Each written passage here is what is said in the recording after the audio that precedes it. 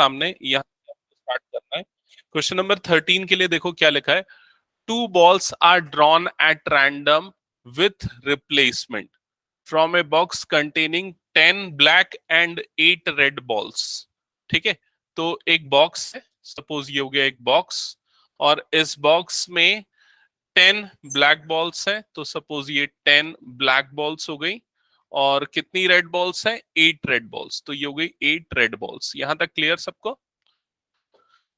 और 2 बॉल्स हम सेलेक्ट कर रहे हैं, निकाल रहे हैं इसमें से, और विथ रिप्लेसमेंट मतलब अगर हमने एक बॉल निकाली, वापस उसको रखी, फिर एक निकाली, फिर रखी, इस तरह से विथ रिप्लेसमेंट। क्लियर? फिर इसके बाद क्या लिखा है, find the probability that both balls are red. तो दोनों के रेड होने की प्रोबेबिलिटी क्या है, ये आपको निकालना है। ठीक है, देखो अगर आप इवेंट डिफाइन करके निकाल रहे हो तो आपको E1 E2 इस तरह से लेना पड़ेगा। ठीक है, फॉर एग्जाम्पल अगर इवेंट डिफाइन करके लिख रहे हो, वैसे ये 1 मार्क में आएगा तो उसमें ये सब करने की जरूरत नहीं पड़ेगी। इवेंट E1 क्या होगा, फर्स्ट बॉल क्या है, रेड है, और इवेंट E2 क्या होगा, सेकेंड बॉल क्या है, वो भी रेड है। ठीक है, और आपको निकालना है दोनों रेड है, मतलब आपको probability of E1 and E2 दोनों के होने की प्रोबेबिलिटी निकालनी है। एंड का मतलब क्या होता है, इंटरसेक्शन, मतलब probability of E1 intersection E2, ये आपको निकालना है। अब यहाँ E1 और E2 दोनों इंडिपेंडेंट इवेंट्स होंगे, क्योंकि वापस हम रिप्लेस कर दे रहे हैं, बॉल को निकालने के बाद फिर से उसके अंदर डाल दे रहे हैं, मतलब जो सिचुएशन है वो एज इट इज होगी। तो इसलिए ये जो प्रोबेबिलिटी है, ये probability of E1 into probability of E2 के इक्वल होगी। क्लियर? तो फर्स्ट बॉल के रेड होने की प्रोबेबिलिटी कितनी होगी, 8/18। ये हो जाएगा 8/18। वापस हमने उसको इसके अंदर डाल दिया तो सेम सिचुएशन हो गई, तो सेकंड के रेड होने की प्रोबेबिलिटी भी क्या होगी, 8/18। इसको सिंप्लीफाई कर लो, सो 2 4 2 9, वैसे ये भी 4/9 हो जाएगा, तो फाइनल आंसर कितना आ जाएगा, 16/81। क्या ये क्लियर सबको? सेकेंड पार्ट पे आते हैं। सेकेंड पार्ट ध्यान देना, क्या लिखा है, first ball is black and second ball is red. अब ये मैंने एक आपको बता दिया एग्जाम्पल की किस तरह से लिखना है, लेकिन 1 मार्क के क्वेश्चन है तो आपको डायरेक्ट आंसर देना है। तो यहाँ पर फर्स्ट बॉल ब्लैक और सेकेंड रेड, तो इसमें अगर फर्स्ट बॉल ब्लैक होने की प्रोबेबिलिटी क्या होगी, पहले वो बता दो, 10/18। ठीक है, और सेकेंड बॉल के रेड होने की प्रोबेबिलिटी कितनी होगी, 8/18। तो सिंपली मल्टीप्लाई कर दो, आपको फाइनल आंसर मिल जाएगा। समझ में आई ये चीज? थर्ड पार्ट का आंसर बताओ प्रॉपरली, सोचो इसको, देखो क्या हो रहा है, one of them is black another is red, मतलब दोनों में से एक ब्लैक होनी चाहिए, दूसरी रेड होनी चाहिए। क्या होगा, क्या सेकंड और थर्ड सेम है या दोनों डिफरेंट है?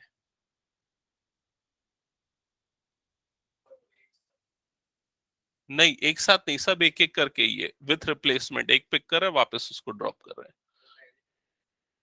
इसमें देखो सेकंड में क्या बोल रहा है, first ball black, second red होनी चाहिए, लेकिन थर्ड वाली सिचुएशन में क्या बोल रहा है, थर्ड सिचुएशन के अकॉर्डिंग कोई भी एक ब्लैक होनी चाहिए और दूसरी रेड होनी चाहिए। तो यहाँ दो सिचुएशंस बनेंगी, या तो पहले ब्लैक निकले फिर रेड निकले, आइदर दिस, और पहले रेड निकले फिर दूसरा क्या निकले, ब्लैक निकले। समझ में आया कि नहीं ये चीज? आंसर में और आया ना, आइदर दिस और दिस, तो जब और वर्ड यूज होता है तो हम क्या करते हैं, एडिशन करते हैं। ये हमने परमिटेशन कॉम्बिनेशन में भी ये चीजें देखी है। ठीक है, तो यहाँ पर one first black second red, उसकी प्रोबेबिलिटी तो हमने ऑलरेडी निकाल रखी थी, 10/18 इंटू 8/18। ठीक है, और है इसलिए क्या आ जाएगा यहाँ पर plus, first red second black, तो उसकी प्रोबेबिलिटी 8/18 इंटू 10/18, ये आएगा। समझ में है? या सिंपली इसको आप डबल कर दो, इंटू 2 कर दो, आपको सेकंड वाले की प्रोबेबिलिटी मिल जाएगी। क्या ये सबको समझ में आ गया? नेक्स्ट क्वेश्चन पे मूव करते हैं, ध्यान देना। हाँ, ये क्वेश्चन अच्छा है, ये क्वेश्चन आया हुआ है कई बार, ध्यान दो इसको। नेक्स्ट क्वेश्चन को, क्वेश्चन नंबर 14 लिखा है, probability of solving a specific problem independently by A and B is 1/2 and 1/3। मतलब एक प्रॉब्लम है, उसको इंडिपेंडेंटली अगर ए और बी सॉल्व करते हैं तो उनकी प्रोबेबिलिटी दी हुई है कि कितनी प्रोबेबिलिटी वो सॉल्व करे। मतलब इनडायरेक्टली आपको प्रोबेबिलिटी ऑफ ए गिवन है 1/2, प्रोबेबिलिटी ऑफ बी गिवन है 1/3। यहां तक क्लियर सबको?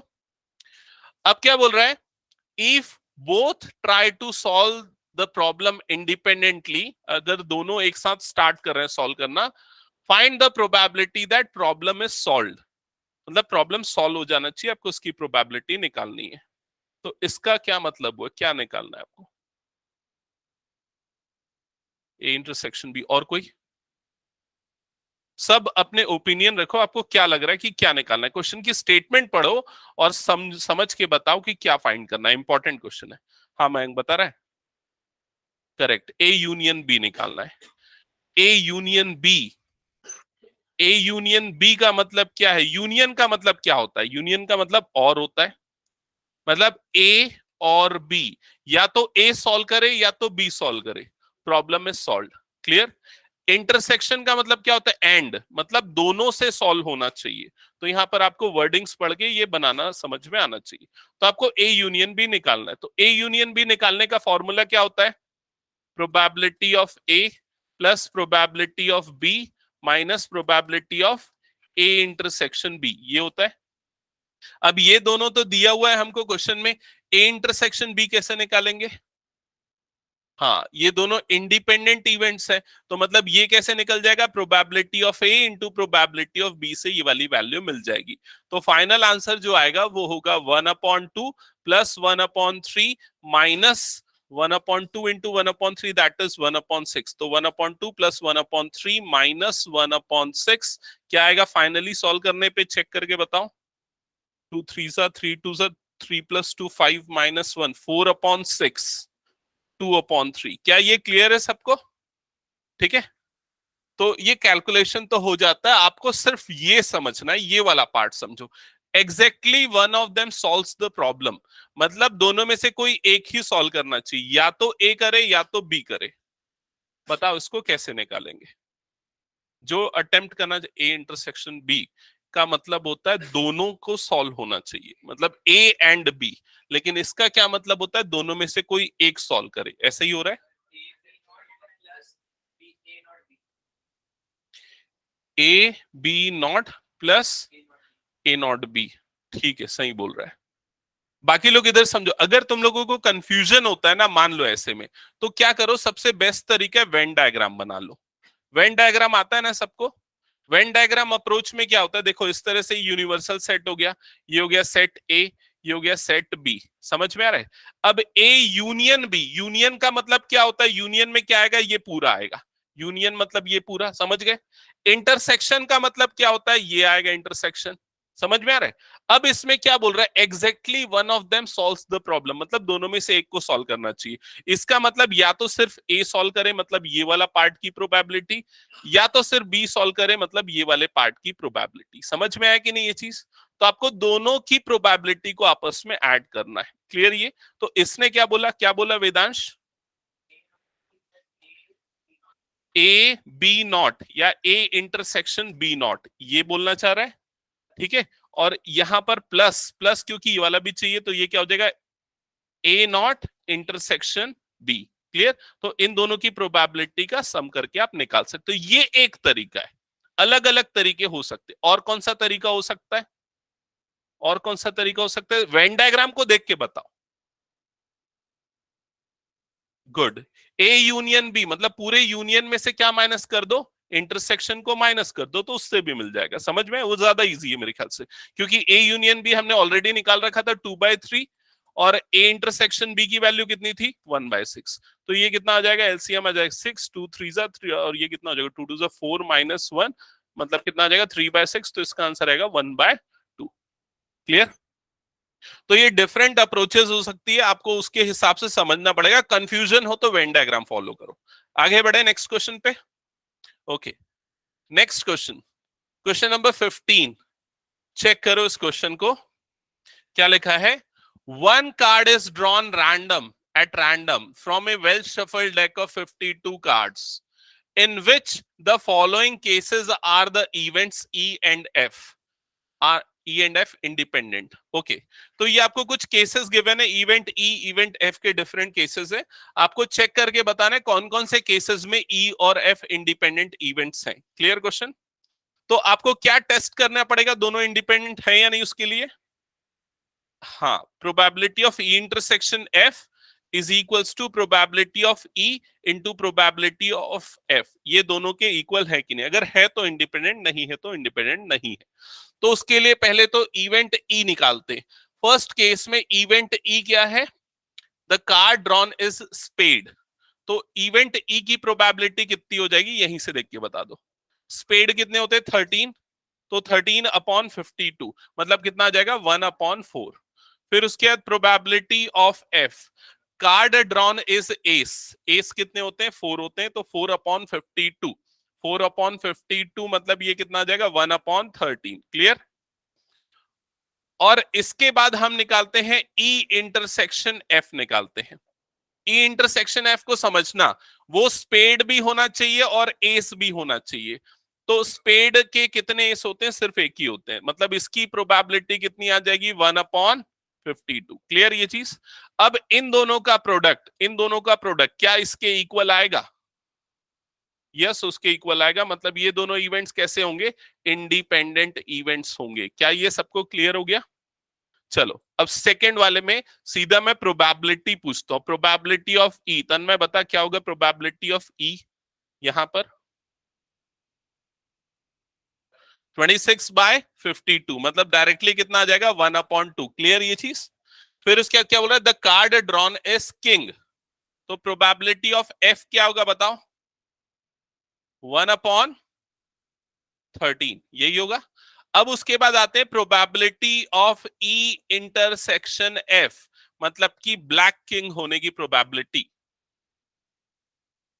कितने ब्लैक किंग होते हैं, 2 होते हैं ना, तो 2/52। तो ये कितना हो जाएगा 2/52। 2/52 मतलब कितना आएगा 1/26। तो देखो इन दोनों का प्रोडक्ट भी क्या आ रहा है 1/26 आ रहा है। मतलब ये दोनों इवेंट्स भी क्या होंगे, इंडिपेंडेंट इवेंट्स होंगे। समझ में आया। ठीक है। थर्ड पार्ट पे आते हैं। थर्ड पार्ट क्या लिखा है, event E, card drawn is king और क्वीन। जो कार्ड है या तो वो किंग होना चाहिए या फिर वो क्वीन होनी चाहिए। तो इसकी प्रोबेबिलिटी 8/52। फिर उसके बाद प्रोबेबिलिटी ऑफ एफ, या तो क्वीन या तो जैक, सेम 8/52। क्लियर। अब इसके बाद यहां पर बताना probability of E intersection F क्या आएगा। इंटरसेक्शन मतलब दोनों इवेंट्स होने चाहिए। दोनों कब होंगे, जब क्या आएगा क्वीन आएगी, तब होंगे दोनों इवेंट्स। तो ई इंटरसेक्शन एफ में कितने एलिमेंट होंगे 4, तो 4/52। तो इसकी प्रोबेबिलिटी आएगी 4/52। अब चेक करो इन दोनों का प्रोडक्ट क्या इसके बराबर है, चेक करके देख लो, नहीं आएगा। ये नहीं आएगा मतलब ये वाले दोनों इवेंट्स इंडिपेंडेंट नहीं होंगे, नॉट इंडिपेंडेंट। क्या ये सबको क्लियर। आगे बढ़े नेक्स्ट क्वेश्चन पे। ओके नेक्स्ट क्वेश्चन, ये क्वेश्चन अटेम्प्ट करना, ध्यान दो इसको। वैसे एक्चुअल मेथड क्या होना चाहिए पता है, पहले आप क्वेश्चन पढ़ो, आप ट्राई करो, नहीं बने फिर उसके बाद मैं समझाऊं। लेकिन अभी हमारे पास उतना टाइम नहीं है, तो इसलिए हम जल्दी जल्दी करते हुए चल रहे हैं। लेकिन आपको ये चीज फॉलो करनी चाहिए, तभी आपको पता चलेगा आपको प्रॉब्लम क्या आ रही है क्वेश्चन सॉल्व करने में। ठीक है। सो चलो यहां पर देखते हैं नेक्स्ट क्वेश्चन क्या लिखा है। In a hostel 60% students read Hindi newspaper, 40% read English newspaper and 20% read Hindi and English papers. तो मतलब यहां पर सीधा उसने प्रोबेबिलिटी दे दी है डायरेक्टली। तो यहां पर हिंदी न्यूज़पेपर पढ़ने वालों की जो प्रोबेबिलिटी है वो कितनी है 60%, 0.6 ले लेते हैं। फिर उसके बाद इंग्लिश न्यूज़पेपर पढ़ने वालों की प्रोबेबिलिटी 40% मतलब 0.4। फिर उसके दोनों को पढ़ने वाले की प्रोबेबिलिटी इंटरसेक्शन या एच इंटरसेक्शन ई या इंटरसेक्शन एच जो लिखना है। ठीक है, ये दिया हुआ है, ये कितना है 0.2। यहां तक क्लियर। अब उसके बाद आते हैं if a student is selected at random. यहां से अब आप लोग बताना, फर्स्ट पार्ट में बोल रहा है find the probability that she reads neither Hindi nor English newspaper. इसका मतलब ना तो वो हिंदी न्यूज़पेपर पढ़ती है और ना ही इंग्लिश न्यूज़पेपर पढ़ती, इसकी प्रोबेबिलिटी क्या है।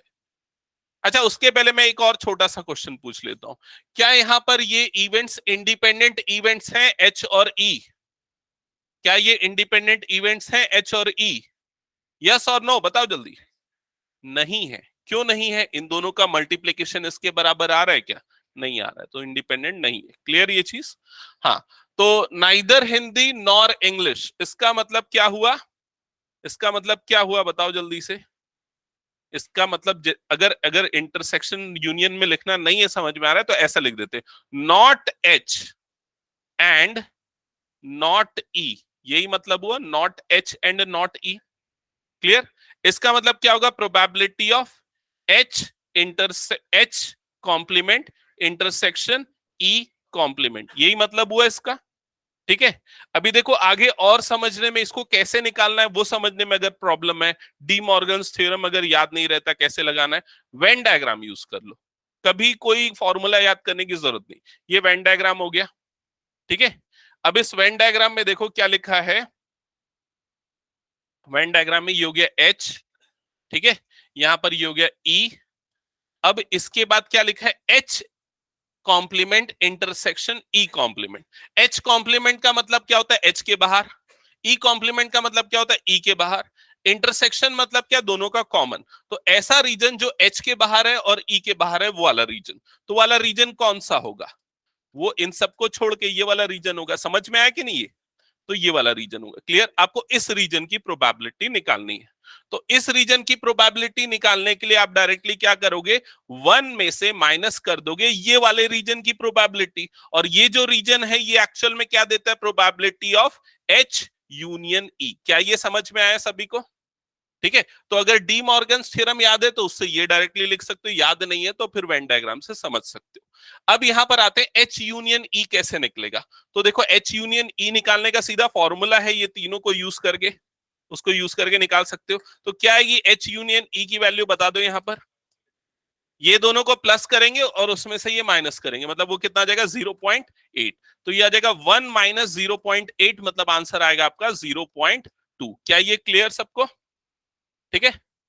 अब आते हैं सेकेंड पार्ट पे। सेकेंड पार्ट में क्या लिखा है? If she reads Hindi newspaper. ठीक है, इधर ध्यान दो। If she read Hindi newspaper, find the probability that she reads English newspaper. Samriddhi Mishra बताओ सेकेंड पार्ट में क्या फाइंड करना है? If she reads Hindi newspaper, find the probability that she reads English newspaper.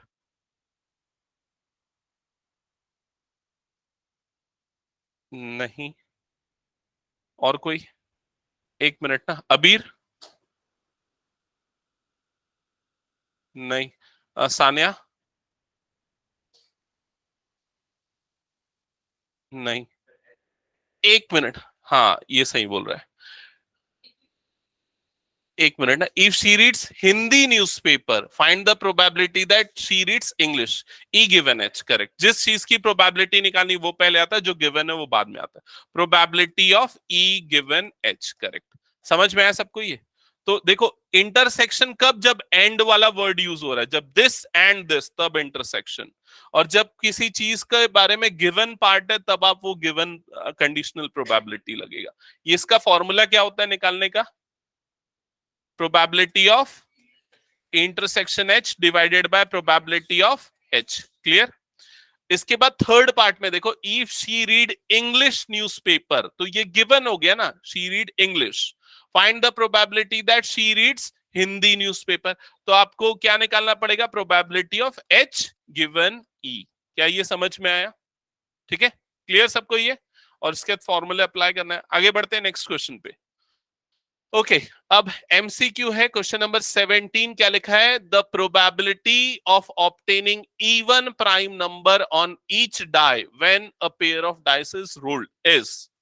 तो अगर एक पेयर ऑफ डाइस को रोल करेंगे तो ऑल पॉसिबल आउटकम या सैंपल स्पेस में कितने पॉइंट्स होंगे? Samriddhi Diwan, pair of dice मतलब दो डाइस को रोल करेंगे तो कितने आउटकम्स होंगे? अंशिका?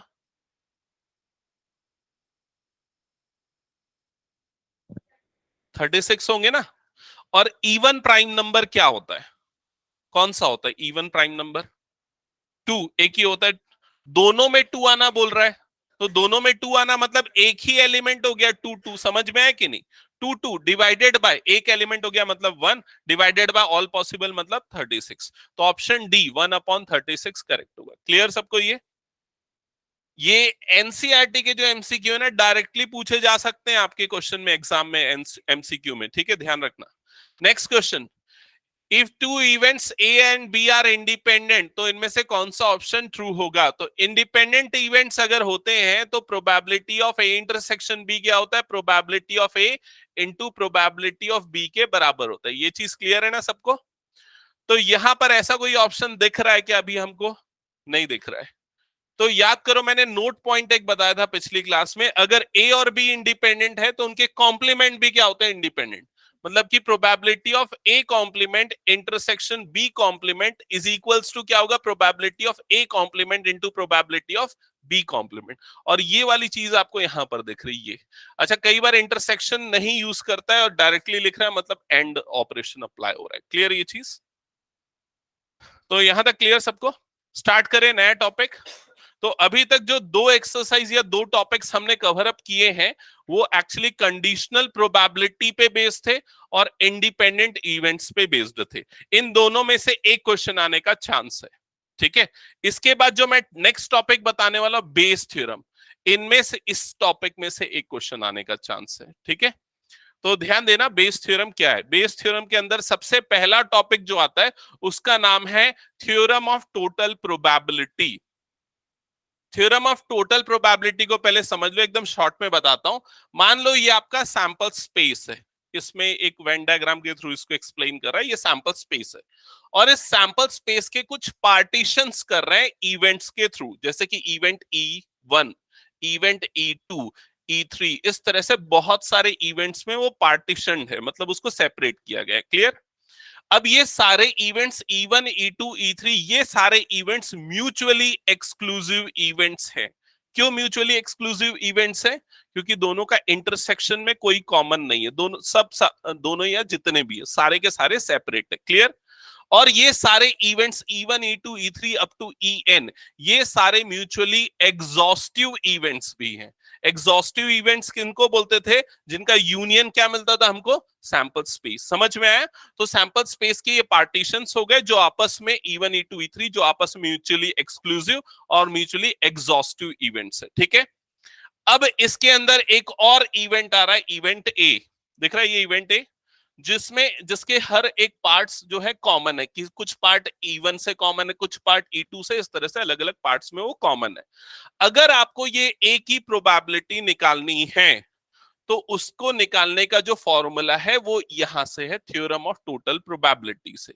तो यहां पर देखो फॉर्मूला क्या है, probability of A is equal to, समझ लो, अगर समझ लोगे तो याद करना इजी हो जाता है। Formula is equal to probability of E1 into probability of A given E1। इसका मतलब क्या हुआ? इसका मतलब हुआ इस रीजन की प्रोबेबिलिटी। समझ में आए? ये रीजन एक्चुअल में क्या है? ये रीजन कौन सा है? किसका कॉमन है? E1 और ए का। और E1 और ए का कॉमन मतलब क्या? प्रोबेबिलिटी ऑफ E1 इंटरसेक्शन ए। समझ में आ रहा है कि नहीं? और ये कैसे निकालते हैं? ये इस तरीके से निकाला जाता है, ठीक है।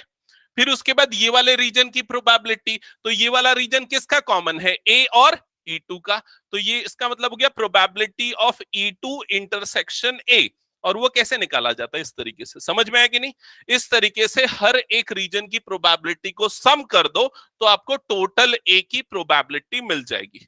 क्या ये सबको समझ में आया? ठीक है। ये जो थ्योरम है ये बेस थ्योरम नहीं है, लेकिन इसको यूज किया जाता है बेस थ्योरम में, ठीक है। बेस थ्योरम के अंदर आता है ये टॉपिक। क्लियर हुआ ये चीज सबको? अब आते हैं आगे बेस थ्योरम पे। तो ये जो अभी आपको सामने दिख रहा है ये बेस थ्योरम है, समझो इधर पे। यहां पर अगर मान लो आपको प्रोबेबिलिटी ऑफ EI गिवन ए निकालना है। EI गिवन ए का मतलब क्या समझो, ये है पूरा सैंपल स्पेस, ठीक है। EI मतलब कोई भी इवेंट, मान लो इवेंट E1 है। अगर E1 मतलब ये वाला इवेंट है E1, आपको इसकी प्रोबेबिलिटी निकालनी है। गिवन ए मतलब आपको कंडीशन गिवन है कि इवेंट ए हो चुका है, मतलब ये वाला इवेंट हो चुका है और आपको इवेंट E1 के होने की प्रोबेबिलिटी निकालनी है। ठीक है, तो इसका फॉर्मूला है probability of E1 into probability of A given E1। मतलब एक्चुअल में क्या है, कंडीशनल प्रोबेबिलिटी का फॉर्मूला क्या होता है, प्रोबेबिलिटी ऑफ E1 इंटरसेक्शन ए, यही होता है formula, E1 intersection A divided by probability of A. तो प्रोबेबिलिटी ऑफ ए जो है, इस चीज की जो प्रोबेबिलिटी है वो देखो हमने टोटल प्रोबेबिलिटी में ऑलरेडी निकाल रखा था, ये पूरा, ये वाला पार्ट जो है यहां पर कहा आ जाएगा, डिनोमिनेटर में। और ये वाला जो पार्ट है वो जो इंटरसेक्शन का जो मल्टीप्लीकेशन थ्योरम है ना, उससे ये बन जाएगा। समझ में आया? तो ये जो फॉर्मूला आपको दिख रहा है, ये इस फॉर्मूले को बोलते हैं बेस थ्योरम। ठीक है, तो इसको नोट डाउन कर लो सब, बेस थ्योरम। अच्छा, प्रीवियस वाला भी नोट डाउन कर लो अगर नहीं किया है तो, ये टोटल प्रोबेबिलिटी का फॉर्मूला। ये फिगर अगर नहीं बना रहे हो तो छोड़ देना, आपकी बुक में गिवन है, मैंने उसी में से लिया हुआ है। ये फॉर्मूला पहले नोट डाउन कर लो।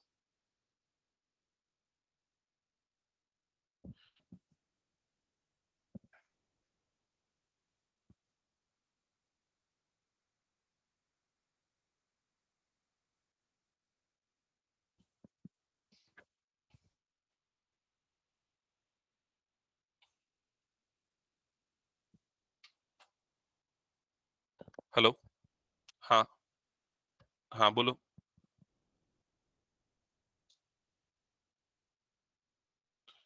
ओके, अच्छा, तो सच बता दूंगा। ठीक, ठीक है, ठीक है, ओके।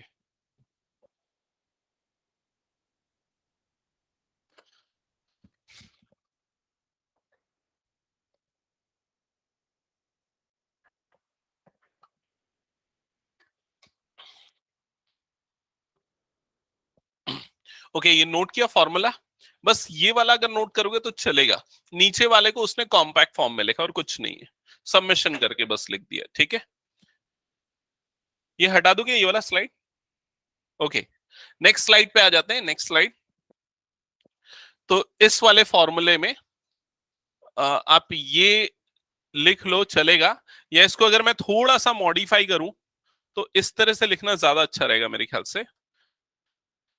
आप इस तरह से लिख दो, प्रोबेबिलिटी ऑफ E1 गिवन ए, ये लिख लो क्योंकि हम इसी को यूज करेंगे। Probability of E1 given A is equals to probability of E1 into probability of A given E1 divided by नहीं, पी ऑफ ए नहीं, पूरा उसको एक्सपांड करके लिख देता हूं। ठीक है, डिवाइडेड बाय, यही फिर से आएगा probability of E1 into probability of A given E1 plus probability of E2 into probability of A given E2 plus so on, जितने भी इवेंट्स, उसके जितने भी पार्टीशंस होंगे उतने आएंगे। क्लियर? ये नोट डाउन कर लिया ना सबने? इसको कर लो, ये यही यूज करने वाले आगे आने वाले लगभग सारे क्वेश्चंस में हम। ठीक है, इस फॉर्मूले में ना आपको हमेशा, जो मैंने अभी जो लिखा है उसमें थोड़ा चेंज कर दिया, आई की जगह E1 कर दिया, फिक्स कर दिया है। फिक्स किया है तो इसका मतलब आप ये समझ लेना, क्वेश्चन को पढ़ने के बाद जिस चीज की प्रोबेबिलिटी निकालनी है उसको हमेशा आप इवेंट E1 लेना। समझ गए? और जो गिवन है क्वेश्चन में उसको हमेशा आप इवेंट क्या लोगे, ए लोगे। ठीक है, और जो बाकी उसके एग्जॉस्टिव इवेंट्स होंगे वो आपके E2 E3 होंगे।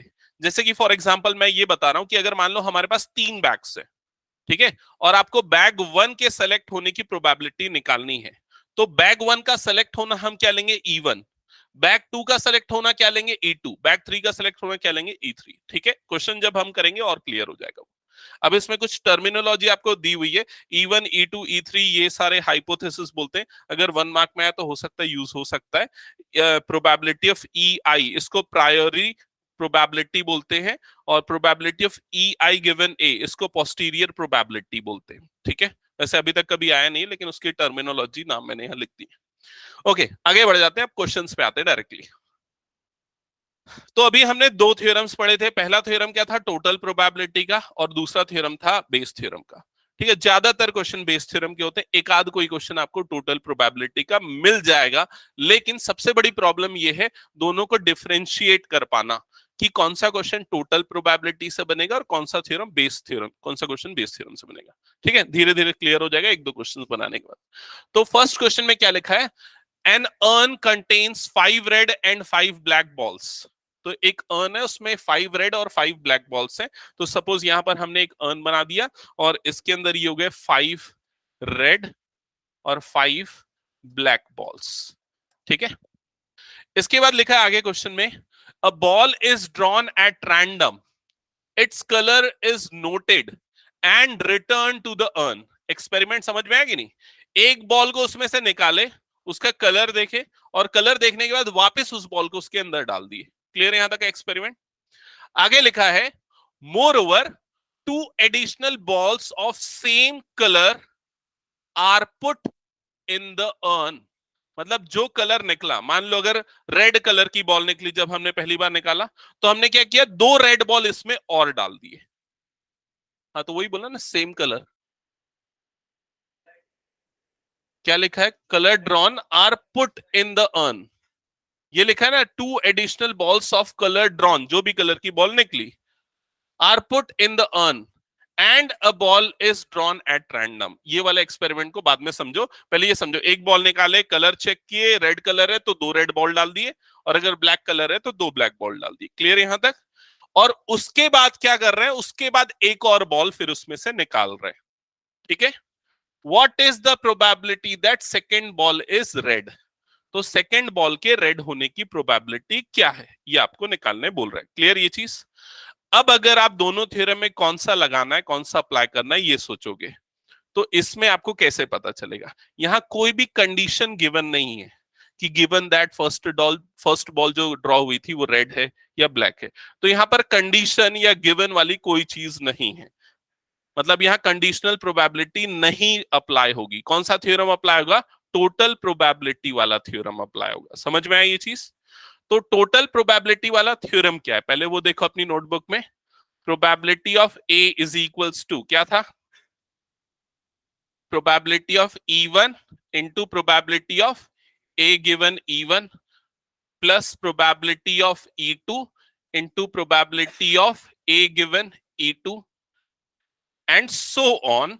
ठीक है, जितने भी एग्जॉस्टिव इवेंट्स होंगे। ठीक है, अब यहां पर आते हैं, यहां पर आपको पहले इवेंट्स आइडेंटिफाई करना। तो इवेंट क्या बोल रहा है इसमें, इवेंट पहले जिस चीज की प्रोबेबिलिटी निकालनी है, probability that second ball drawn is red. तो इसको हम क्या मार्क करेंगे, इवेंट ए। तो पहले इवेंट ए लिख दो, second ball drawn is red. ये हो गया इवेंट ए। क्लियर यहां तक?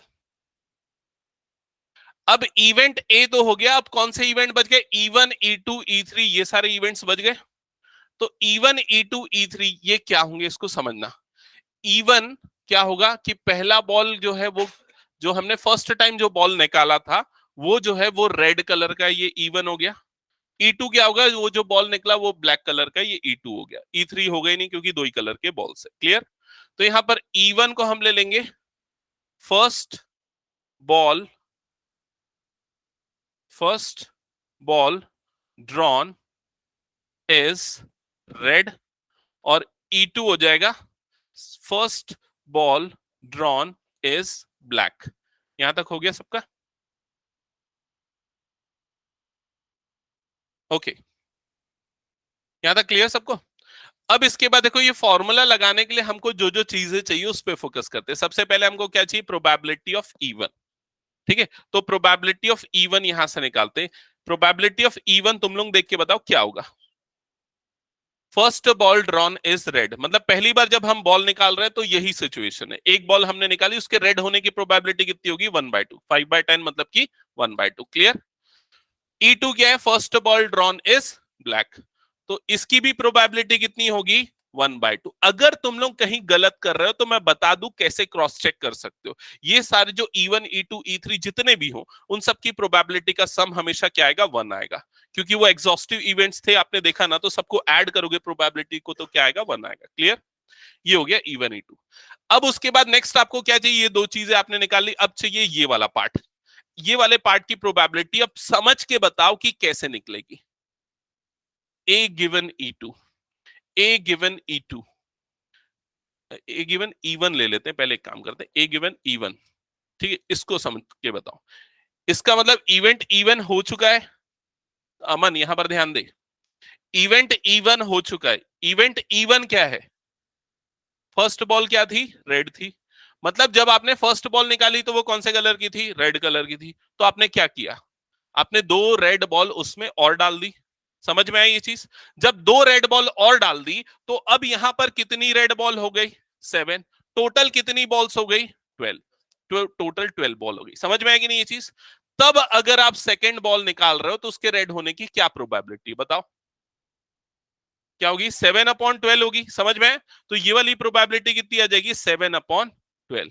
फिर उसके बाद similarly probability of A given E2, ये निकाल के बताओ, ए गिवन ई2, ए गिवन ई2, ई2 का मतलब क्या है, ई2 मतलब कि पहली जो बॉल निकली वो कौन सी थी, रेड थी, रेड सॉरी क्या थी, ब्लैक थी, ब्लैक थी, मतलब कि आपने यहां पर क्या डाला, दो ब्लैक बॉल्स डाली। क्लियर हुआ ये चीज। तो टोटल नंबर ऑफ बॉल्स कितनी हो गई, 12, ठीक है 12 हो गई, और जिसमें रेड कितनी है, अभी 5 चाहिए। तो अब रेड निकलने की प्रोबेबिलिटी, ए के होने की प्रोबेबिलिटी कितनी हो जाएगी, ये 5/12। क्या ये समझ में है, ये चारों चीजें मिल गई जो आपको चाहिए थी यहां पर। अब इनको पुट कर दो। हाँ नहीं नहीं, निकाल के वापस उसमें डाल दे रहे हैं। हाँ देखना, a ball is drawn at random, its colour is noted and return to the urn, उसको वापस उसमें डाल दिया। क्लियर। तो क्वेश्चन में एक एक पॉइंट एकदम क्लियर होना चाहिए। ये चारों चीजें मिल गई, अब सीधा इस फॉर्मूले में रखना है भाई, और कुछ नहीं करना है। तो probability of A is equals to, ये कितना है 1/2, ये वाली वैल्यू कितनी आई थी हमारे पास, ए गिवन ई1 की वैल्यू 7/12, प्लस ये वाली वैल्यू कितनी है 1/2, इंटू ए गिवन ई2 की वैल्यू कितनी है 5/12। सॉल्व करो, बताओ फाइनली क्या आ रहा है आंसर। वंशिका वासवा समझ में आ रहा है आप लोगों को? Yes, sir. Okay yes sir. Okay, कितना आ रहा है 1/2, यही आ रहा है 12/24, दैट इज 1/2। क्लियर सबको ये? हाँ बोलो। ए गिवन ई2, ई2 मतलब कि पहली जो बॉल हमने निकाली वो ब्लैक थी, तो अगर ब्लैक बॉल थी तो ब्लैक को हमने वापस डाला, फिर उसी कलर की दो बॉल और डाल दी, मतलब ब्लैक कितनी हो गई 7 हो गई, रेड कितनी 5, तो टोटल कितनी 12। अब ए मतलब कि सेकेंड बॉल रेड होने की प्रोबेबिलिटी, तो रेड तो 5 ही है ना, 5/12। क्लियर हुआ। नेक्स्ट क्वेश्चन पे मूव करें। ओके अब स्टार्ट होता है ये वाला थ्योरम, ये वाले क्वेश्चंस जो कि सेकंड थ्योरम मतलब कि बेस थ्योरम पे बेस्ड है। ठीक है, तो बेस थ्योरम का फॉर्मूला पहले ध्यान में रखो, और वो कब अप्लाई होगा वो ध्यान में रखो। तो फॉर्मूला पहले मैं पूछता हूं कि बताओ फॉर्मूला क्या था, probability of E1 given A is equals to probability of E1 into probability of A given E1 divided by, same आएगा E1 into probability of A given E1, फिर उसके बाद आएगा plus probability of E2 into probability of A given E2, और ज्यादा से ज्यादा ये E3 तक जाएगा, उसके ज्यादा नहीं जाएगा, वो भी कुछ क्वेश्चन में E3 तक है, ज्यादातर E1 E2 तक ही खत्म हो जाता है। ठीक है, तो मैंने तो वैसे पहले ही बता दिया कि बेस से बनेगा, लेकिन अगर आप क्वेश्चन को पढ़ के समझोगे तो कैसे पता चलेगा वो समझना।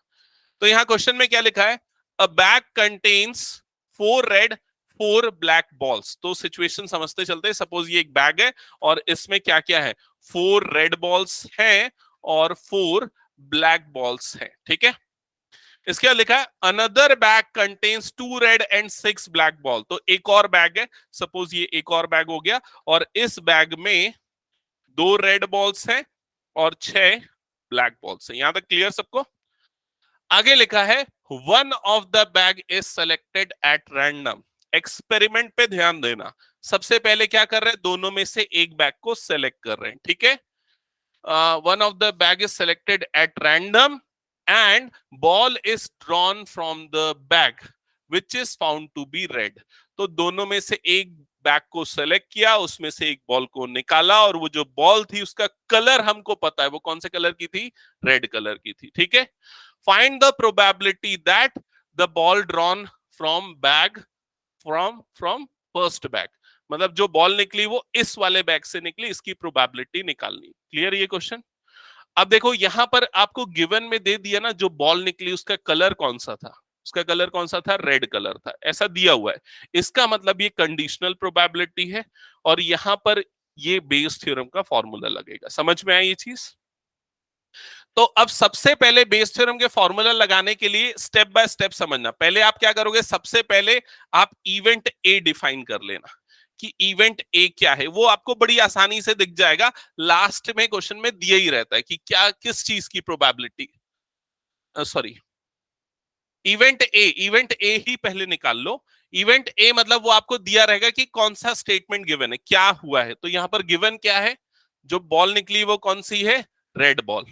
तो यहां पर इवेंट ए क्या हो जाएगा, बॉल ड्रॉन इज रेड। ये हो गया इवेंट ए। समझ में आया सबको ये? अब उसके बाद आते हैं इवन पे। तो ध्यान देना सारे बच्चे इधर पे, इवेंट इवन। इवन मतलब आपको जिस चीज की प्रोबेबिलिटी निकालनी है। तो किस चीज की प्रोबेबिलिटी निकालनी है, देखो जल्दी। बॉल जो है वो फर्स्ट बैग से निकली, आपको उसकी प्रोबेबिलिटी निकालनी है। तो यहां पर क्या होगा, इवन होगा बॉल ड्रॉन फ्रॉम बैग 1, ये हो गया इवन। E2 क्या होगा, E2 क्या होगा, अमन बता, E2 क्या होगा? नहीं, क्या होगा कौस्तु बता।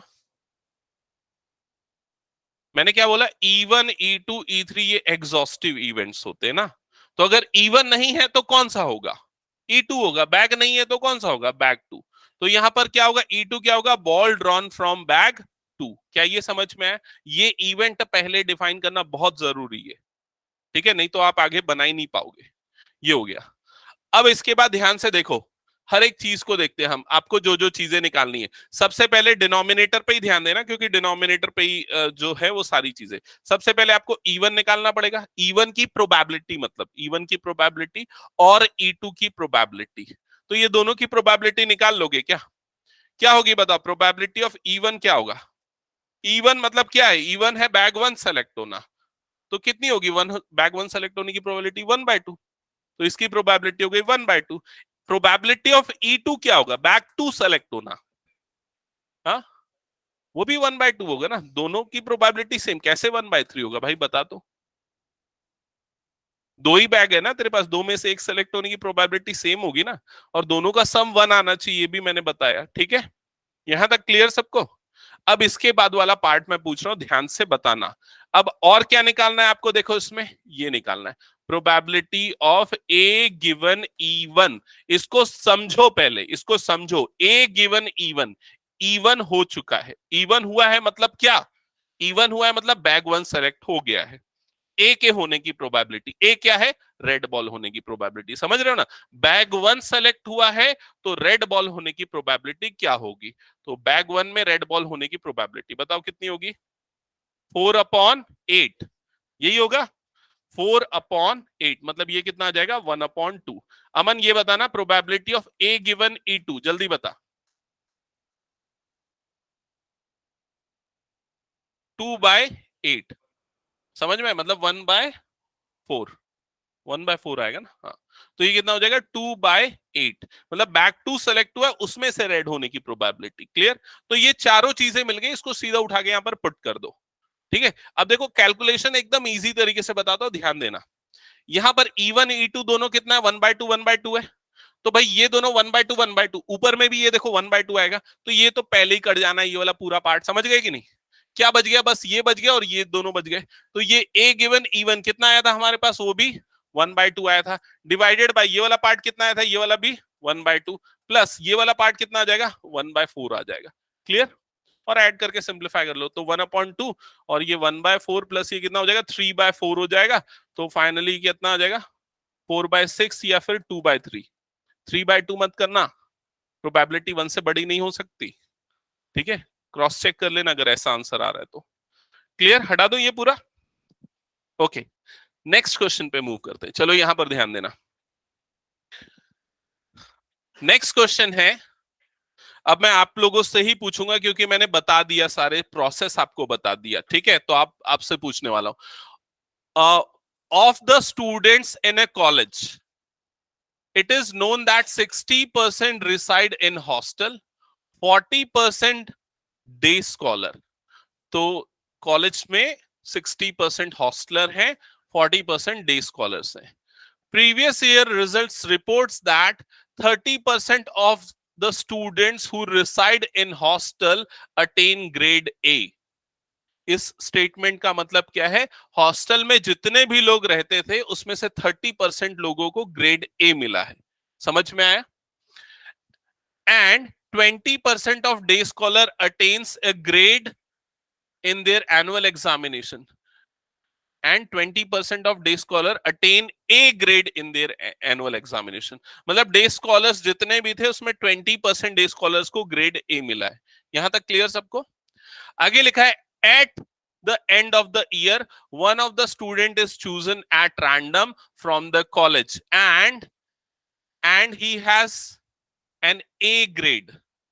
What is the probability that student is a hostler? तो स्टूडेंट के हॉस्टलर होने की प्रोबेबिलिटी निकालनी है, और गिवन क्या है कि उसको क्या मिला है? ग्रेड ए मिला है. तो गिवन है मतलब यहां पर बेस थ्योरम लगना है, कंडीशनल प्रोबेबिलिटी लगनी है. अब सबसे पहला स्टेप बाय स्टेप चलना, नहीं तो भूल जाओगे. स्टेप नंबर 1 क्या है? जो गिवन है उसको इवेंट ए ले लो. तो इवेंट ए क्या हो गया हमारा? Student got grade A. Grade A ये हो गया इवेंट ए. क्लियर यहां तक? अब उसके बाद इवन जिस चीज की प्रोबेबिलिटी निकालनी है, तो आपको किस चीज की प्रोबेबिलिटी निकालनी है? प्रोबेबिलिटी दैट वो हॉस्टलर है, इस चीज की प्रोबेबिलिटी निकालनी है. Student is hosteller. ठीक है? तो इवन अगर हो गया तो E2 आपको अपने आप समझ में आ जाएगा. दूसरा क्या ऑप्शन है इवन के अलावा? Day scholar. तो E2 क्या हो जाएगा आपका? Day scholar. ठीक है, ये हो गया. अब ये सब होने के बाद अब आप सीधा लिख लो फॉर्मूला ताकि कंफ्यूजन ना रहे. तो फॉर्मूला जो है वो क्या होता है? Probability of E1 given A is equals to, बोलो जल्दी, probability of E1 into A given E1 divided by, नीचे सेम आएगा, E1 probability of A given E1, फिर उसके बाद plus probability of E2 into probability of A given E2. यहां तक clear हुआ सबको? दो ही आएंगे, E1 E2. ठीक है? अब आते हैं वैल्यूज पे. तो सबसे पहले ये वाली वैल्यू कौन बताएगा? आर्ची बताओ ये वाली value, probability of E1. E1 मतलब क्या? हॉस्टलर होने की. अगर रैंडमली मैंने किसी स्टूडेंट को सेलेक्ट किया तो उसके हॉस्टलर होने की क्या प्रोबेबिलिटी है? क्वेश्चन को पढ़ लो आराम से, देखो, बोलो ना, बोलो. गलत होगा कोई प्रॉब्लम नहीं, बोलो. अमन बता. अरे फ्रैक्शन नहीं, पॉइंट में ही बता दे. 0.6.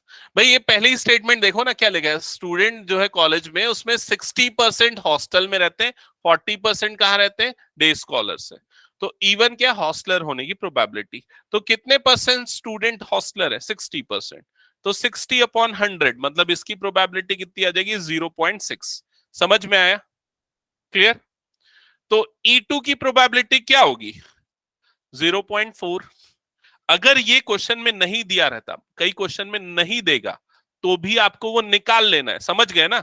अगर उसने डे स्कॉलर कितने परसेंट है वो नहीं बताया होता, तो आपको सीधा 1 में से इसको माइनस कर देना, तो वो मिल जाएगा. क्लियर? अब आते हैं इस वाले पार्ट पे. इस पार्ट पे ध्यान देना. इसका मतलब क्या हुआ वो समझना. E1 given A, sorry, A given E1, A given E1. E1 हो चुका है. E1 मतलब कि अगर मान लो हमने जो स्टूडेंट को लिया है वो क्या है? हॉस्टलर है. तो A होने की प्रोबेबिलिटी, A मतलब उसके ग्रेड A होने की प्रोबेबिलिटी. तो कितने हॉस्टलर में, देखो, अगर हॉस्टलर को सेलेक्ट करते तो ग्रेड A होने की क्या प्रोबेबिलिटी है? 30%. 30% मतलब कितना हो जाएगा? 0.3. समझ में आया? और अगर डे स्कॉलर सेलेक्ट होता है तो ग्रेड A होने की क्या प्रोबेबिलिटी है? 0.2. That's it. सारी वैल्यू मिल गई, पुट कर दो, आ गया आंसर. समझ गए ना? ये स्टेप्स ध्यान में रखना, कभी गलती नहीं होगी. Step number 1 event A define करना है, फिर E1, E2, E3 ये सब आइडेंटिफाई करना, फॉर्मूला रखना, वैल्यू निकालनी, दैट्स इट। नेक्स्ट क्वेश्चन पे मूव करें। चलो अब ये कंप्लीटली आप लोग ट्राई करना। In answering a question on a multiple choice test, a student either knows the answer or guesses. तो यहां पर दो चीजें, या तो वो जानता होगा या वो गेस कर रहा होगा, ठीक है। Let 3/4 be the probability that he knows the answer. मतलब उसके आंसर को जानने की प्रोबेबिलिटी दी हुई है 3/4, and 1/4 B the probability that he guesses, तो उसके गेस करने की प्रोबेबिलिटी भी दी हुई है। Assuming that a student who guesses the answer will be correct with a probability of 1/4, मतलब अगर उसने गेस किया तो आंसर करेक्ट होने की प्रोबेबिलिटी कितनी है, 1/4। तो ये सब तो पूरा डेटा जो हम बाद में यूज करेंगे। स्टार्ट हम ये लास्ट लाइन से करते हैं। What is the probability that student knows the answer given that he answered correctly. तो मैं पहले इसको अंडरलाइन करता हूं, गिवन दैट के बाद जो चीज लिखी हुई है, ये क्या है, हमारा इवेंट ए। तो ये हो गया हमारा इवेंट ए। क्या ये क्लियर हुआ सबको? अब उसके बाद दूसरा इवन किसको लेना है, इवन किसको लेना है, what is the probability that the student knows the answer. ये हो गया ही नोज द आंसर की प्रोबेबिलिटी निकालनी है ना, तो उसको इवन ले लेते हैं, ठीक है। तो E2 क्या हो जाएगा, E2 हो जाएगा ही गेसेस द आंसर, ठीक है, गेसेस द आंसर। ये सब हो गया सबको क्लियर। अब उसके बाद हम लिख लेते हैं सीधा फॉर्मूला। तो फॉर्मूला क्या है, probability of E1 given A is equals to probability of E1 into probability of A given E1 divided by, इसके बाद मैं पूछने वाला हूं ना, ध्यान से समझना, अच्छा क्वेश्चन है ये, ट्रिकी क्वेश्चन है। E1 plus probability of E2 into probability of A given E2, ठीक है। तो डिनोमिनेटर वाली चीज ही बस हमको देखनी है, न्यूमरेटर में तो वही रिपीट होता है फर्स्ट वाला पार्ट, ठीक है। सबसे पहले आते हैं प्रोबेबिलिटी ऑफ E1 पे। E1 मतलब क्या है, ही नोज द आंसर। तो आंसर के जानने की प्रोबेबिलिटी उसकी कितनी, क्वेश्चन को पढ़ो और बताओ। 3/4 be the probability that he knows the answer. तो ये वाला कितना हो गया, 3/4। क्या ये चीज सबको क्लियर? फिर उसके बाद आते हैं E2 पे। तो E2 मतलब उसके गेस करने की प्रोबेबिलिटी कितनी है, 1/4। तो इसकी प्रोबेबिलिटी कितनी हो गई, 1/4। क्लियर। अब आते हैं इस पे, ए गिवन E2 पे। ए गिवन E2 मतलब कि वो गेस कर रहा है, ए मतलब कि आंसर करेक्ट है। अगर वो गेस कर रहा है तो करेक्ट होने की प्रोबेबिलिटी ये भी दी हुई है, if he guesses the answer it will be correct with the probability of 1/4। मतलब ये कितना हो गया, 1/4। यहां तक क्लियर। अब इसकी प्रोबेबिलिटी बताओगे आप लोग। Probability of A given E1, E1 मतलब क्या है कि उसका उसका जो आंसर है वो जानता है, और ए मतलब कि उसका आंसर करेक्ट है। तो क्या होगी इसकी प्रोबेबिलिटी, इसकी प्रोबेबिलिटी होगी 1। अगर वो आंसर जानता है तो उसके करेक्ट होने की प्रोबेबिलिटी, अगर जानता है तो वो करेक्ट ही होगा, और करेक्ट होगा मतलब उसकी प्रोबेबिलिटी क्या होगी, 100%। मतलब ये कितना आएगा, 1। ये इस क्वेश्चन में ट्रिकी पार्ट था। ये वाली चीज आपको दी हुई नहीं थी, आपको खुद से समझना था। समझ में आई ये चीज अक्षिता? ओके,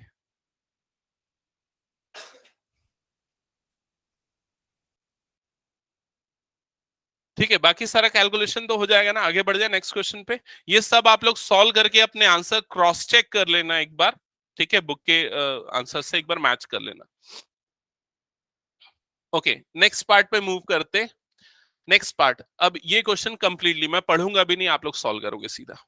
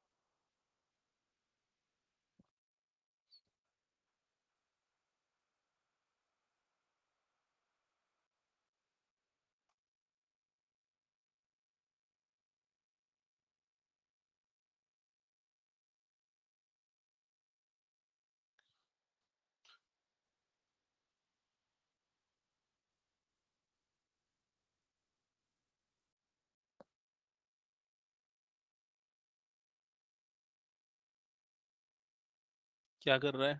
गलत है। स्टेप वाइज करो सॉल्व। स्टेप नंबर 1 मैंने क्या बोला है? इवेंट ए आइडेंटिफाई करो कि क्या गिवन है। फिर जिस चीज की प्रोबेबिलिटी निकालनी, इवन आइडेंटिफाई करो। हाँ बोलो।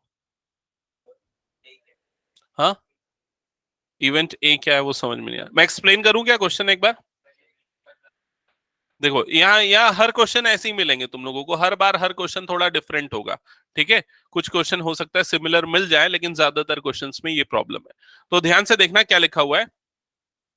A laboratory blood test is 99% effective in detecting a certain disease when it is in fact present। मतलब अगर कोई डिजीज है, आप उसको टेस्ट कराने गए तो उसकी एक्यूरेसी कितनी है? 99% एक्यूरेसी। जैसे अगर आपको मान लो कोविड है और आप कोविड टेस्ट कराने गए तो 99% चांस है वो सही डिटेक्ट कर लेगा, ये बता रहा है। ठीक है।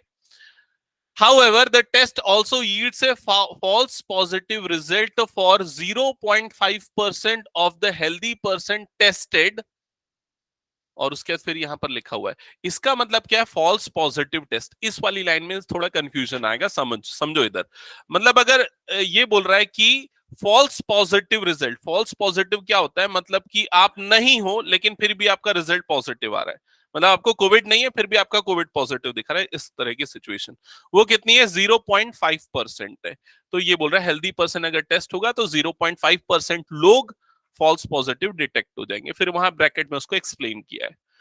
If 0.1% of the population is actually has the disease, मतलब जो टोटल पॉपुलेशन है पूरे कंट्री की या पूरे स्टेट की, जो भी वो ले रहा है, उसमें 0.1% लोगों को वो डिजीज है। समझ में आ रहा है ये चीज? तो नॉन डिजीज वाले कितने परसेंट लोग हैं? नॉन डिजीज वाले कितने परसेंट लोग हैं?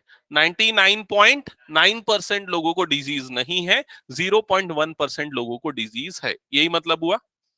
What is the probability that a person has a disease? What is the probability that a person has a disease? तो ये वाला क्या होगा? ये वाला, ये नहीं ना, इवन होगा ना। What is the probability that, जिस चीज की प्रोबेबिलिटी निकालनी वो इवन। गिवन दैट, जो गिवन के बाद आएगा वो क्या होगा? आपका ए होगा। गिवन दैट कि उसका रिजल्ट कैसा आया है? पॉजिटिव आया। तो इवन और ए ये मिल गया। तो इवन जो है कि बोल रहा है पर्सन को डिजीज है, तो E2 क्या होगा? कि पर्सन को डिजीज नहीं है। तो यहां तक क्लियर? तो इसको लिख लेते हैं, ए लिख लेते हैं कि टेस्ट रिजल्ट क्या है? टेस्ट आया पॉजिटिव। ठीक है। E1 मतलब कि डिजीज है। ठीक है। E2 मतलब कि नो डिजीज। यहां तक क्लियर? ये करने के बाद फिर क्या करना है? आपको फॉर्मूला लिखना है। ठीक है, फॉर्मूला लिखो, उसके बाद ही कुछ दूसरा काम करना। तो आपका फॉर्मूला होगा E1 given A is equals to probability of E1 into probability of A given E1 divided by probability of E1 into probability of A given E1 plus probability of E2 into probability of A given E2। यहां तक सबको clear? ठीक है। अब आते हैं probability of E1 पे। तो ये कौन बताएगा प्रोबेबिलिटी ऑफ E1? चलो। हाँ, 1/1000 करेक्ट। मतलब कि इवन मतलब क्या है? अगर हमने किसी भी पर्सन को लिया तो उसको डिजीज है, इसकी प्रोबेबिलिटी। तो पूरे स्टेट में या पूरी कंट्री में कितने परसेंट पॉपुलेशन को डिजीज है? यहां पर लिखा हुआ है 0.1% पॉपुलेशन को। तो हम इसको इस तरह से लिख देते हैं, 0.1/100 लिख देता हूं। ठीक है, सबको सारी चीजें परसेंटेज में, तो सभी को अपॉन 100 में लिख देंगे, चलेगा। ठीक है। फिर उसके बाद E2 पे आते हैं। तो E2 मतलब पर्सन को डिजीज नहीं है। तो कितने परसेंट लोगों को डिजीज नहीं है? 99.9% लोगों को। तो इसकी प्रोबेबिलिटी कितनी होगी? 99.9 डिवाइडेड बाय 100। क्या ये समझ में आ गया सभी को? अब इसके बाद आते हैं इस वाले पार्ट पे, ध्यान देना। ए गिवन E1 मतलब कि उसको डिजीज है और उसका टेस्ट पॉजिटिव आएगा। तो वो पहली लाइन में लिखा है 99% इफेक्टिव है डिटेक्ट करने के लिए। मतलब कि अगर उसका वो डिजीज है तो 99% चांस है कि उसका क्या आएगा? पॉजिटिव आएगा। तो ये कितना आ गया इसका? 99%, मतलब कि 99/100। क्लियर हुआ ये चीज? और ए गिवन E2 इसका क्या मतलब हुआ? ए गिवन E2 क्या है? E2 है, उसको डिजीज नहीं है। ए मतलब उसका टेस्ट क्या है? पॉजिटिव। तो ये भी लिखा हुआ है कितना है? 0.5%। अगर डिजीज नहीं है फिर भी पॉजिटिव आया तो ये कितना हो जाएगा? 0.5 डिवाइडेड बाय 100। समझ में आया? और उसके बाकी सारी वैल्यू को भी ऐसी अपॉन 100 में लिख दो, क्योंकि वो अपॉन 100 वाली टर्म कॉमन निकल के कट जाएगी, तो कैलकुलेशन भी आपका इजी हो जाएगा। आगे का पार्ट हो जाएगा, आगे बढ़ जाओ नेक्स्ट क्वेश्चन पे। ओके, नेक्स्ट क्वेश्चन पे मूव करते हैं। नेक्स्ट क्वेश्चन, यहां पर ध्यान देना क्या लिखा हुआ है। ये मेरे ख्याल से आप लोग शायद बना लो। 3 कॉइन्स, 3 कॉइन्स है। अब कॉइन का डिस्क्रिप्शन है, ध्यान से समझना। 1 इज ए 2 हेडेड कॉइन, मतलब कि उस कॉइन में दोनों तरफ हेड है, शोले वाला कॉइन है। हाँ। Another is biased coin comes up head 75% of time. तो मतलब दूसरा बायस्ड कॉइन है जिसमें 75% टाइम हेड आता है। And the third is unbiased coin. जो थर्ड कॉइन है वो नॉर्मल कॉइन है। तो 3 कॉइन्स हैं, यहां तक क्लियर सबको? One of the 3 coin is chosen at random and tossed. तीनों में से कोई एक कॉइन को सेलेक्ट किया और टॉस किया। It shows head, find the probability that it was a 2 headed coin. तो अब मेरा सबसे पहला क्वेश्चन है कि इसमें इवेंट ए क्या है? Head. The die shows head, तो हेड आना ये हो गया हमारा इवेंट ए। ये क्लियर सबको? अब इवेंट इवन क्या है ये बताओ, कि जो कॉइन सेलेक्ट हुआ है वो कौन सा कॉइन है? 2 हेडेड कॉइन है, ये हो गया हमारा इवेंट इवन। ठीक है। अब इसके अलावा इसके एग्जॉस्टिव इवेंट्स और कौन कौन से होंगे? 2 और होंगे, E2 और E3। वो 2 हेडेड के अलावा और क्या हो सकता है? बायस्ड और अनबायस्ड वाला। ठीक है, तो वो E2 और E3 और आएंगे। यहां तक क्लियर ना सबको? E2 और ये हो गया E3। इवन पे ध्यान ज्यादा देना, वो 2 हेडेड कॉइन है। अब फॉर्मूला क्या होगा? Probability of E1 given A is equals to probability of E1 into probability of A given E1 divided by probability of E1 into probability of A given E1 plus probability of E2 into probability of A given E2 plus probability of E3 into probability of A given E3। यहां तक clear सबको? हाँ, अब एक एक करके पूछता हूं। E1 की प्रोबेबिलिटी क्या होगी? E1 की प्रोबेबिलिटी क्या होगी? अभी देखो, मैं यहां पर E1 E2 E3 लिखना छोड़ दिया तो तुम लोग गलत आंसर करना चालू कर दिए। उसको लिखूंगा तो फिर हो सकता है सही कर दोगे। नहीं, इवन क्या है हमारा? इवेंट इवन क्या है? कि 2 हेडेड कॉइन सेलेक्ट हुआ है। 2 हेडेड कॉइन सेलेक्टेड। समझ में? E2 क्या है? E2 है अनबायस्ड कॉइन सेलेक्टेड। E3 क्या है? Biased coin selected. ठीक है, तो 3 कॉइन है, तीनों में से एक एक सेलेक्ट करना है। तो E1 की प्रोबेबिलिटी क्या होगी अब बताओ? 1/3 होगी ना। तो इस कॉइन के सेलेक्ट होने की प्रोबेबिलिटी 1/3, E2 के सेलेक्ट होने की प्रोबेबिलिटी भी 1/3 और E3 के सेलेक्ट होने की प्रोबेबिलिटी भी 1/3। क्या ये समझ में आया? हाँ। अभी अभी सेकंड पार्ट में पूछता हूं, ध्यान देना। ए गिवन इवन, ए गिवन इवन, इवन इवन हुआ है। इवन हुआ है मतलब कि कौन सा कॉइन सेलेक्ट हुआ है? 2 हेडेड कॉइन। और ए होने की प्रोबेबिलिटी मतलब कि हेड आने की प्रोबेबिलिटी, तो ये कितनी होगी? 1। क्या ये समझ में आया सभी को? अब ए गिवन E2, तो 2 हेड, वो 75 बायस्ड कॉइन सेलेक्ट हुआ है मान लो, तो उसके हेड आने की प्रोबेबिलिटी कितनी है? 0.75 या 75/100। और इसकी प्रोबेबिलिटी कितनी होगी? 1/2। हाँ, इसकी प्रोबेबिलिटी कितनी हो जाएगी? 1/2। क्लियर ये चीज? बाकी सब कैलकुलेशन कर लो। समझ में आया क्या ये? देखो, ये तो जितना मैं समझा दूं, लेकिन एक्चुअल में क्लैरिटी और कंसेप्ट कब क्लियर होगा? जब आप खुद ही एक ऐसे क्वेश्चंस को फेस करोगे और जब आप खुद से ट्रायल करोगे, जब गलतियां करोगे, प्रॉब्लम्स आएंगी, तब धीरे धीरे आप सीखोगे। ठीक है, तो रेस्ट ऑफ द क्वेश्चंस आप एक बार अटेम्प्ट करके देखना, सारे क्वेश्चंस। और बाकी क्वेश्चन क्या है, जो क्वेश्चन हमने किए हैं ना, उनको भी एक बार फिर से अटेम्प्ट करके देखना। और हाँ, हाँ वो थोड़ा इंटरचेंज हो गया, उससे रिजल्ट में कोई हालांकि फर्क नहीं पड़ेगा।